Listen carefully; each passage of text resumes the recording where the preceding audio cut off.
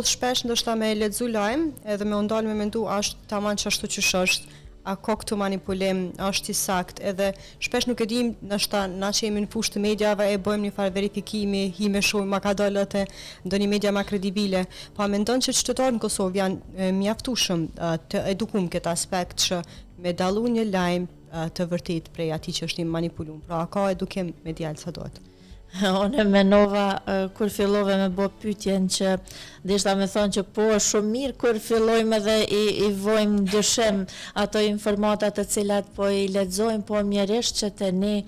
shumica e publikut nuk arrin, domethënë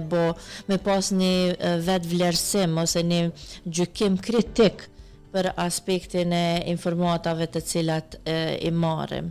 Edhe kjo vjen prej disa faktorëve, sepse ne nuk e kemi të zhvilluar gjykimin, mendimin kritik as në kuadër të shkollës, as kështu në përgjithësi nuk kemi njerëz të cilët jemi të prirur të marrim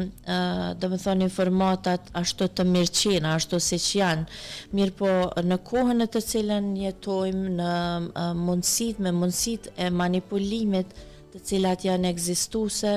duhet çdo gjë me vënë dyshim. Çdo gjë duhet me qit në atë peshorën e vlerave me po që është e mundur të jetë kjo e saktë apo jo.